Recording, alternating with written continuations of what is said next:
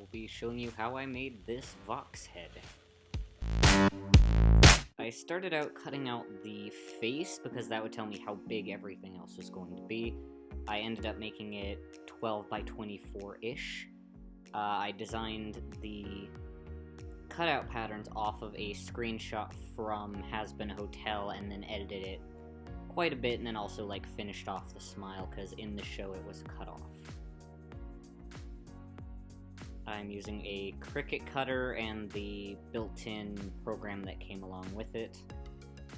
I cut out each pattern off of a different color, the smile being silver, the eyes being red, and the outline of the eyes and mouth being blue.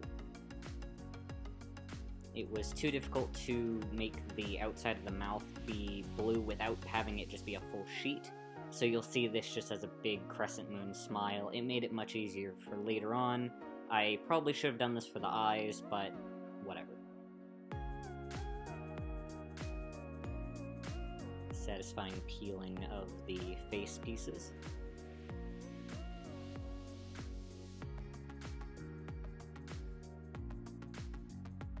And this could have used some refinement, but I did all of the drawing on my Mac with the mouse, so it's a little bit chunky when you scale it up that big, but 6-foot rule with cosplay, you don't notice it when photos or anything like that. That was the easiest piece. Here are the eyes, which I didn't print out correctly the first time, so you'll see me cut out the larger of two eyes later on, just because I had gotten it wrong this time. I wasn't careful about my sizing. Here's all the pieces together. I am putting the clear transfer sheet on top of all the pieces in order to give it a clear transfer over and I can see what I'm doing. Smoothing out all the air bubbles, making sure it's applied correctly. Another satisfying feel. This was a hard part, lining it up while it being so big, so I ended up using the size of a school poster board, but all of it's plastic, so it's a little bit more rigid than like a foam core poster board or anything like that. I used that for the face, and the width of it was actually a really good width, and then the height I just cut off where it looked even to the gap I added at the bottom.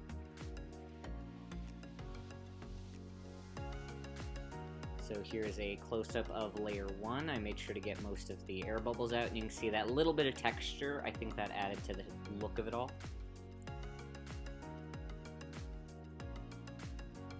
Adding on the mouth on top. And these are basically just stickers, so it was really easy to layer them on top of each other.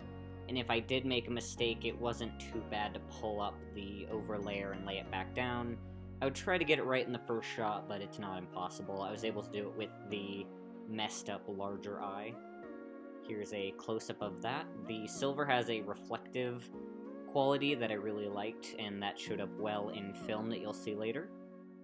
This eye went on okay. It's a little bit large, but it's worked out well enough where I kept it on. Here's me reprinting that eye.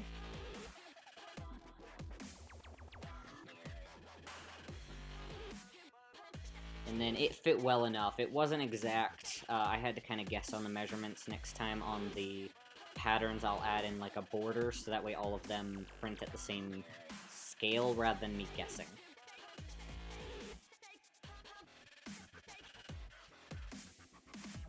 It'll pop up, just rub it back down, it'll stick just fine. And then I put the pupil in by hand, as well as the blood trails along his mouth. And that just made it so I could get it a lot more precise to where I wanted it. So I did this with all of 3, but I skip ahead just because it's placing a sticker. And here is that all completed. So the face is now done, and I will cut out the black parts of the eye, and this is where I'll be seeing through. That is why it's so large. This is perforated paper. It's actually plastic, though. It's used for, like, cross-stitch and all that type of stuff. I painted it with acrylic paint. I use this for all of my heads and all that. It's easy enough to see through. Vision is limited in this, but I just needed enough to film.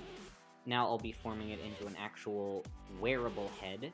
I wanted the flat screen effect from the sides, so I made the TV just a couple inches wide using foam core plastic and the remnants of the plastic sheeting. This is the plastic sheeting. It was able to take those scores a lot easier to make that bend.